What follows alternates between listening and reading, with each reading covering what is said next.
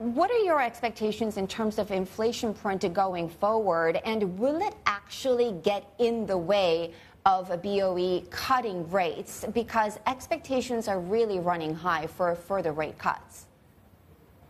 Yes, that's a very good question. So essentially, we are expecting inflation to pick up again. We're expecting another hike in October and for inflation to reach around 3% potentially by the end of this year, and then only gradually decelerate next year. A lot of it is on the back of the energy price fluctuation, but some of it is also core. We will probably see a little bit of an uptick in core inflation as well. So overall, it does make the job of the BOE a little bit more complicated, but nevertheless, given the level of restrictiveness that they have at the moment in monetary policy and the fact that we're expecting growth to ease gradually in the second half of the year, they probably have some room to cut rates still.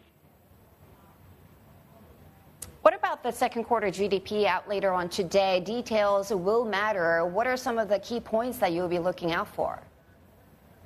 So the expectation now that the data will be relatively strong for Q2. We've already got 2 months worth of data. So we are expecting a similar performance to Q1, relatively strong, but Q3, Q4 are likely to be weaker than that. So we will most likely have a bit of a deceleration going forward.